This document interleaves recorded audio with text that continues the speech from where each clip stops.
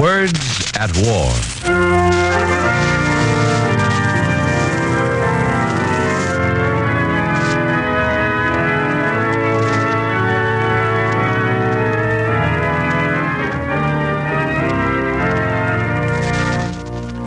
The National Broadcasting Company, in cooperation with the Council on Books in Wartime, presents another in this significant program series, Words at War, dramatizations of the most representative books to come out of this great world conflict. Tonight, it's The Guys on the Ground by Captain Alfred Friendly. This is a tremendously heartening book, a grand tribute to the men of the Air Force who rarely, if ever, leave terra firma, whose job, in a word, is to furnish and fix. Sounds rather humdrum, doesn't it? But wait.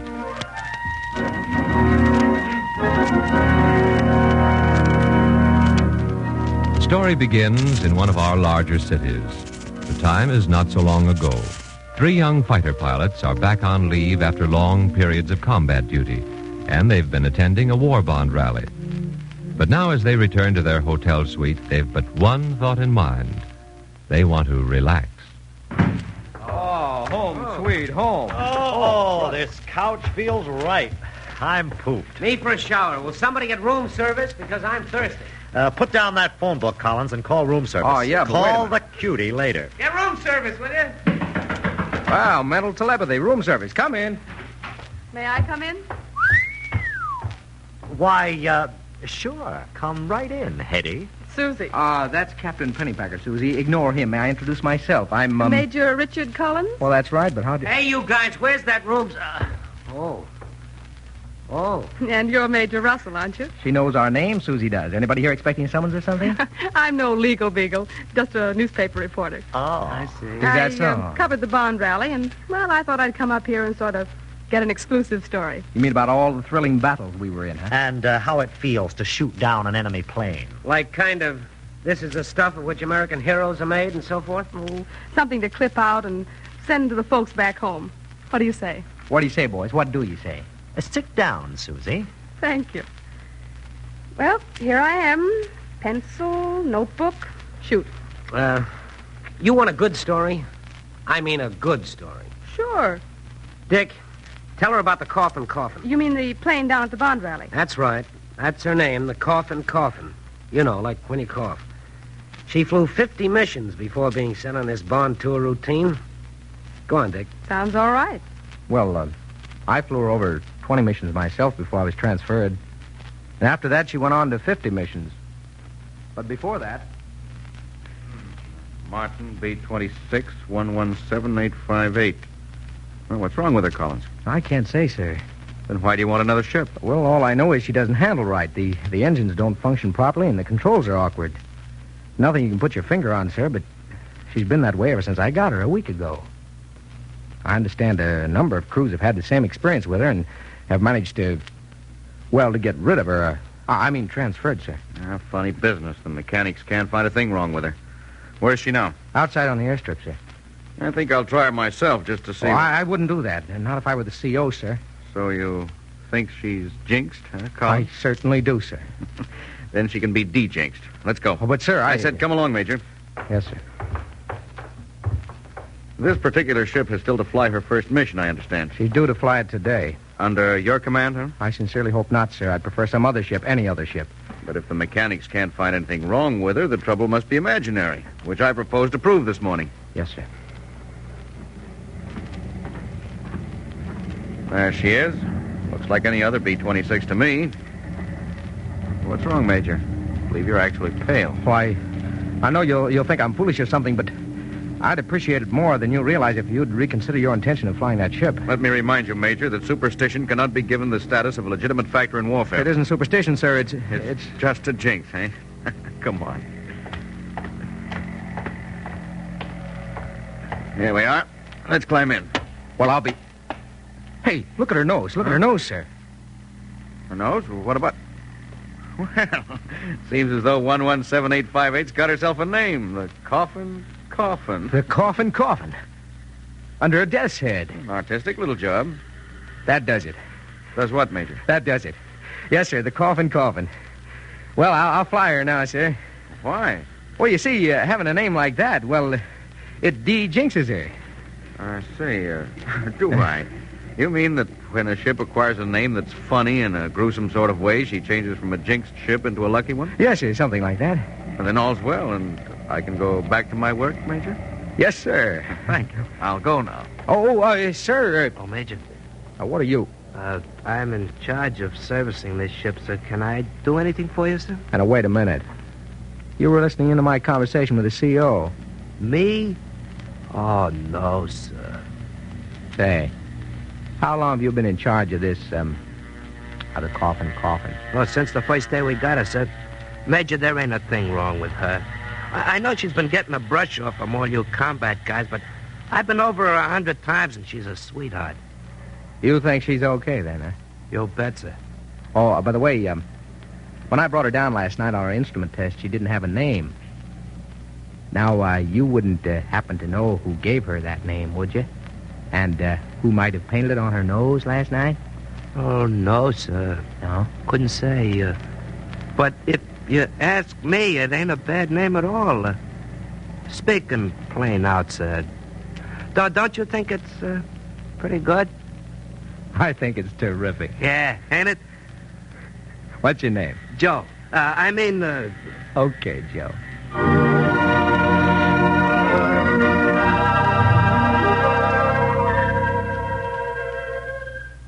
Okay, then what? Well, after I got switched to another theater, Joe and I kept in touch. She kept flying all those missions, and Joe and his crew put more hunks of aluminum into her shot-up hide than they could count. They changed her engines and fittings so often that all was left of the original coffin was her name. But, and here's the payoff, not one man in any of her various crews was even slightly wounded. Well, on her 50th and final mission. Hey, Joe, listen. Somebody's coming in. Trying to, you mean? Better get the crash truck and the meat wagon, too. Hello. Crash landing coming up. Check the crash truck and meat wagon. Right. Hey, look. It's the coffin. Yeah. One motor's out. Look at that belly full of flak. It's all torn off. The wings all chewed up, too. Look at that right landing wheel. Son of a gun. The strut shot off.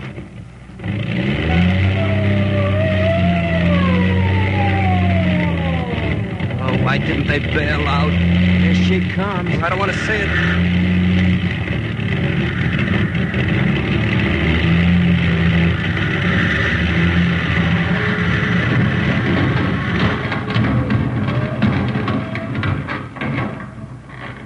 Open your eyes, Joe. They made it. They made it? Yeah. Come on, let's go.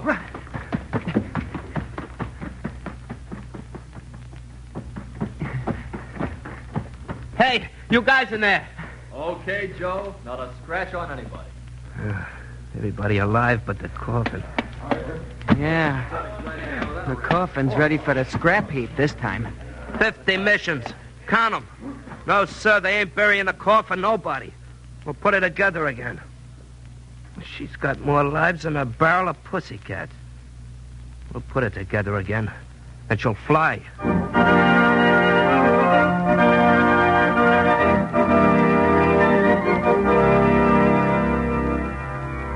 And that's just what happened, Susie. Joe and his guys put her together again.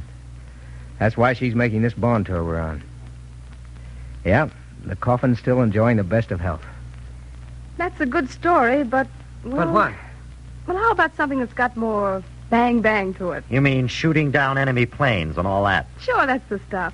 Oh, come on, boys, don't be modest. After all, you're heroes. Have a smoke? Thanks. Well, I'll tell you one. Tell her about the odds and ends. She was a 2-in-1. A ship that was made out of the front end of a smash bomber and the back end of another one.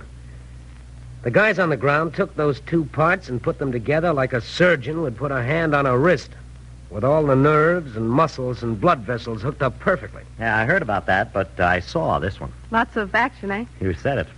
Go ahead. I'm taking it all down. This was when I was in India. I was in temporary charge of the squadron, 10 Liberators. One day I had to send 4 of them into the service center. They were in bad trouble. What's the dope on those 4 liberators, Sergeant? It's the generator cannon plugs. Busted. Cracked wide open. No can fix. How long will it take to install new ones? There ain't any in stock. But we can't keep 4 bombers out of action until we get some from the States. Our force is small enough as it is. This is serious. Can't you put them together again somehow? With what? The only stuff that's any good for generator plugs is something that can be machined, that won't break or crack, that can stand terrific heat, and that won't conduct electricity. Wonderful. We can't get along with 4 bombers less. Fine time for me to be put in charge of this outfit. Think of something, will you, Joe? Oh, sure.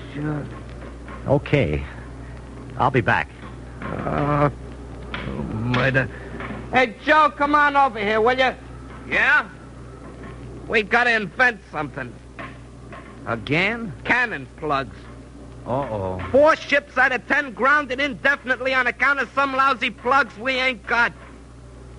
Dust off your brains, kid. We gotta think of something.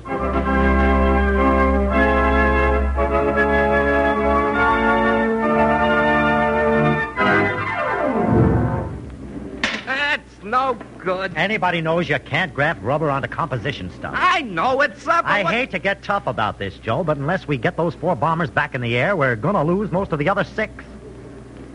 The odds are big enough the way we've been working with 10. Yes, sir. We looked everywhere, but there ain't a thing around that's right for generator plugs. Folks, I can't send bombers into action unable to fire their guns, can I? You're asking me to work a miracle, Captain, and I don't know how. Well... We'll keep at it. Okay. I'll be back. Come on, Joe. What? You forgot to eat dinner. Oh, nuts. No eat, no can work. Now, come on. Oh, what a war. Generator plugs. What do they think I am, anyway? Expect me to pull miracles. Look at that road. Think by this time they'd get horses to pull their go-karts instead of them clumsy buffaloes. Look at them clod-hopping animals. Such intelligent faces. Their horns look plenty sharp, don't they? Horns. I wonder. Horns. I got it. Huh? Come on, Joe. We're buying buffalo horns.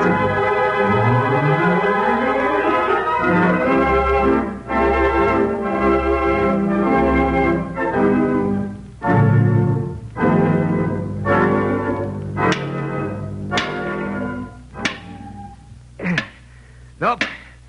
Can't break them. What's next? Oh, we'll throw them in the furnace and see what happens. Here. Okay. In the furnace. And now what? Well, next thing, sir, we check this other pair for electrical conductivity, like this.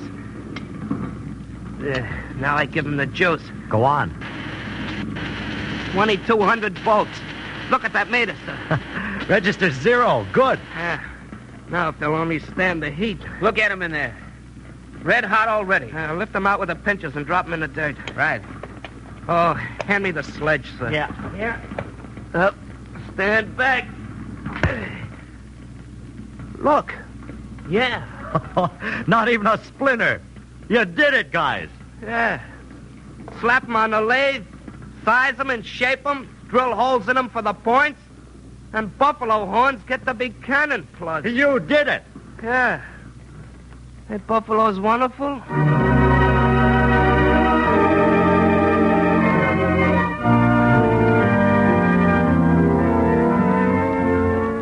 This is Words at War, presenting tonight a graphic answer to those people who say that we Americans have lost our old pioneer skills, that 3 generations of the machine have weaned us from our handicraft ability.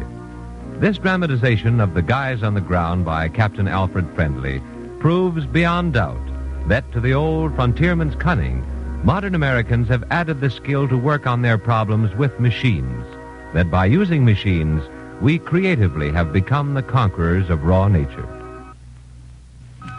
Now back to Major Russell, Captain Pennypacker, and Major Collins.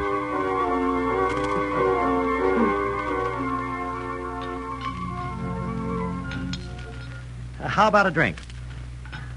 certainly is a swell angle. I mean the ground crews. Yeah, you don't hear much about them, but... But they don't make good copy. I mean, the way you fellas do. The fighter pilots have captured the imagination of the people. Oh, no, wait a minute.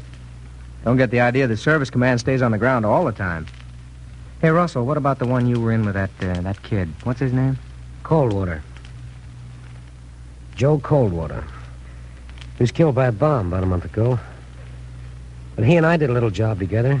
Something extra special. Would you mind? It was to fly a plane out of a spot where it was repaired following a crash in England.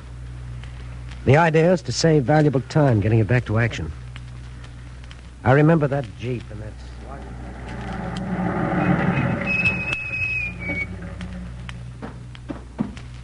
You boys, Russell and Coldwater? Yes, sir.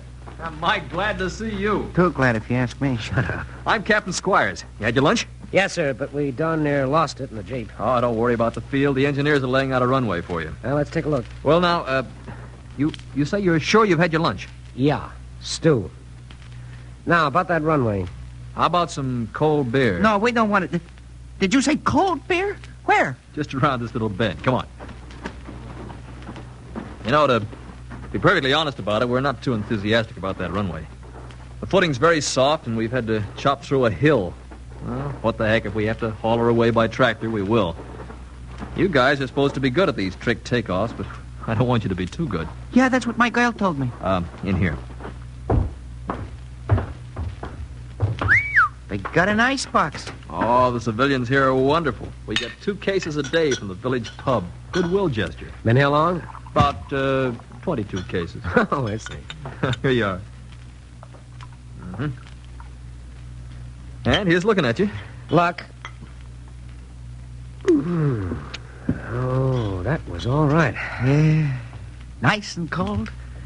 Now, here's the layout. The engineers have just about cleared 3,100 feet. Not too good, but not so bad either. Depending on the ground. We've been pounding it, trying to harden it up. Halfway down the runway, we made a cut in the hill to keep the path level. Did you say path? That's right. Got any idea of the wing clearance? About 6 feet on either side. Oh, that's ducky. Of course, we could go to work and slap down some more of that hill. No, that wouldn't help much, I'm afraid. Doing it without a steam shovel will take too much time. Anyway, the wing clearance doesn't bother me too much. It don't? I'm thinking about the ground. Feels like second cousin to a swamp in spots. 3,100 feet is okay if she'll keep from sinking into the mush. It's a case of threading a needle at 80 miles an hour any way you look at it. Yeah, with a needle propelled by 4,800 horsepower. Well, let's take a look anyway.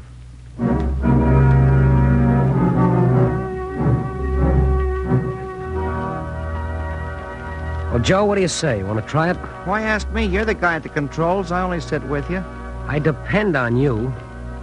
You're the only guy that knows this ship. You want to look that strip over again? What for? Okay, I'll send for the tractor. We'll haul her to town, put her on a flat car, and call it the best we could do. Personally, I don't blame you one bit. Wait a minute. Joe, she's stripped of all unnecessary weight, and, You're going to do it? not on my own, Joe. I need you. Oh, I see what you mean. Well, say, Captain Squires, Yes? how about us borrowing a couple of bottles of beer? We're going to be awful thirsty up there. Sure thing. Okay, Joe.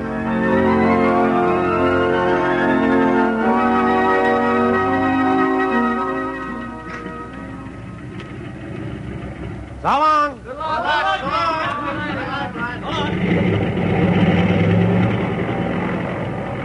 Now we're moving. Easy, baby. What's her name again? Stella. Come on, Stella, give. Here we come to that big bad hill. Show it your skirts, baby. Atta girl. Yeah, we're in the clear. Thank you, Stella. Now say goodbye to everybody. Come on now. Come on. She's sinking in. Give her the gun. Come on, like a sweetheart. Up to Daisy. Easy now, easy, nothing.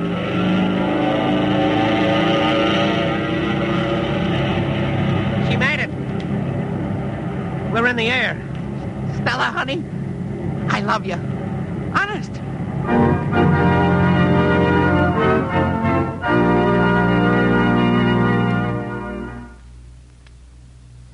I think I'm beginning to get the point. I'm up here on a story about fighter pilots. What I'm getting from you fellas is the story behind you. The story below us, you mean? Yeah, the kids doing all that dirty and tedious work that keeps us in the air. They're the same kids who used to keep their flivvers in one piece with haywire, chewing gum, and rubber bands. Say, that's a swell angle. How much of all this we've been telling you are they going to put in the paper? Well, that depends. Collins. Remember that one down in India that you were telling us about, you and that liberator? Yeah, that's right. Listen to this one, Susie, if you're looking for something sensational. Go on, Dick. Well, it's not about me. I just happen to be the pilot. I flew a B-24 supporting the British campaign in Burma.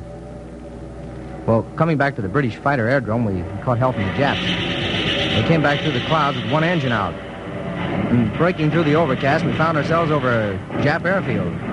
Well, they opened up with everything they had. They'd caught us for fair. We stumbled on a few miles and landed on the British field. It was too close to the front lines for any big ship to stay, and we couldn't move without extensive repairs, so we put in a call for assistance. It flowed back to a China, Burma, India command center in Bengal province. Technical Sergeant Duke reporting, sir. Oh, yes. One of our B-24s is shot down near a Jap airfield over at Akyab. We want that plane. Yes, sir. It's a rush job under combat conditions. Yes, sir. Take 5 mechanics, a replacement engine, and the necessary tools, and load them into a transport. When can you take off for Akyab? We'll be in the air in less than 2 hours. And thank you, sir.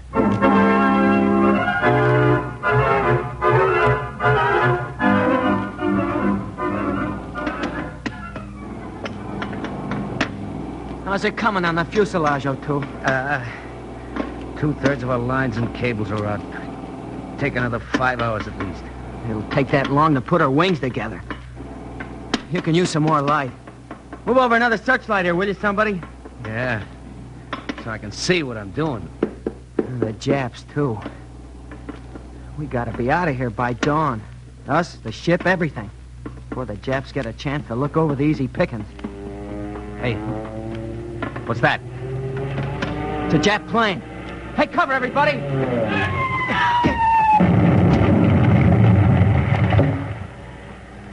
I knew it. Is that you, Duke? Oh, Major Collins. Looks like we slid into the same base. No good for baseball, but perfect out here. They want that liberator. So do we. Sounds like he's going back to get more bombs. Yeah, and more playmates. Maybe they'll wait until dawn for a potshot. They're wasting their time. Okay, you guys. Back to the plane and speed it up, will you? Hey, they got Marlene Dietrich over at the base this afternoon. We don't want to miss her.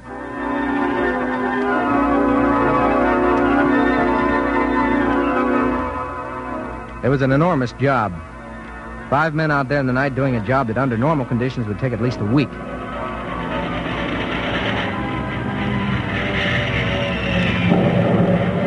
And they had only a few hours to dawn. The Japs came over time and again, at least 3 more times. Well, the guys would scramble for cover until the Japs went away, and what got them sore wasn't the bombs as much as the wasted time. Duke had them hopped up about Marlene Dietrich. The crew worked to a point of, well, I guess you'd call it physical collapse.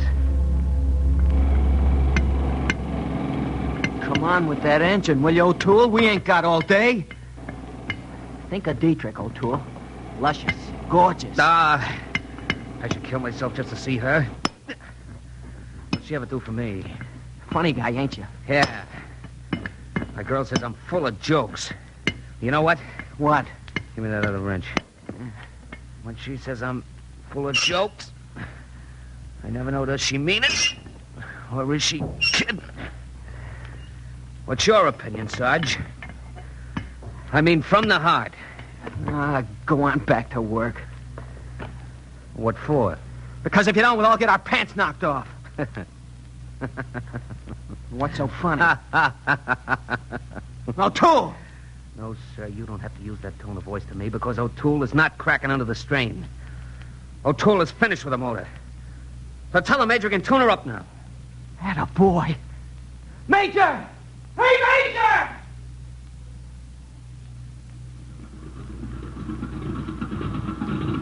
And so, just as there was the faintest streak of gray in the black skies, I took over the controls of the ship barely 48 hours after she had limped in, practically wrecked. Yeah, thanks to 6 guys who worked straight through without a let-up. The ship had a new engine, airworthy wings, and foolproof controls. A new lease on her fighting life. Yeah, she sounded like the swingiest jazz band in the world. Duke came over to say goodbye. Good luck, Major. Thanks. I'll never forget you guys. Major, an enemy plane coming down to get you. Take off! Take off!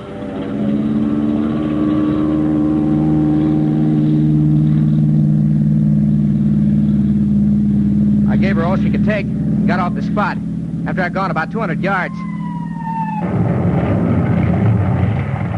The Japs' bomb hit the exact spot where my ship had been a moment before. But Duke's guys had the satisfaction of seeing British fighters knock down 2 of the raiders from their slit trenches.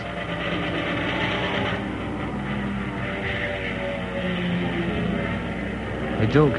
What? You were kidding about Dietrich being over to the base today, weren't you? Yeah. It was just a gag. Yeah. That's what I like about this war. It's full of jokes. On the Japs.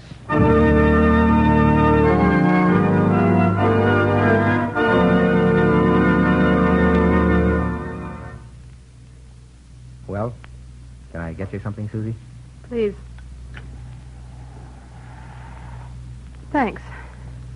Well, did you get that one all down on paper? I want to thank you boys for a marvelous story.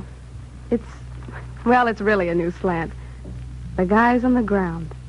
All they get is their jobs, no medals, no ribbons, no publicity. Yeah. And when they read about this hero and that hero and all the planes he shot down, they darn well know that the ground guys made all those victories possible. I've got the story. And thanks a million. Now all I need's a lead. You know, first sentence. Got any ideas? How about this? Quote. If a motto ever truly belonged to any group of men, this one belongs to the guys on the ground. The difficult, we do immediately. The impossible takes a bit longer. Unquote.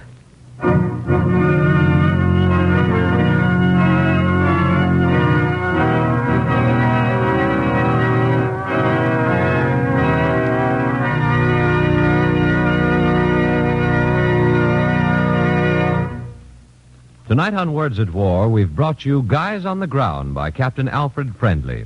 The radio dramatization was by Peter Martin. The cast included Frank Lovejoy, Lawson Zerby, James Monks, Bill Quinn, Larry Haynes, Louis Van Ruten, Martha Falconer, Michael Fitzmaurice, and Owen Jordan. The music was arranged and played by William Meader, and the production was under the direction of Herbert Rice.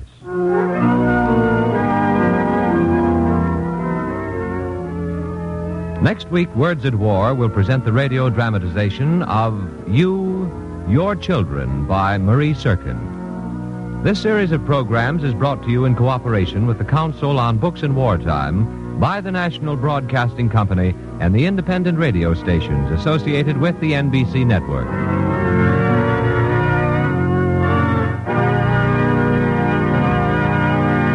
Jack Costello speaking. This is the National Broadcasting Company.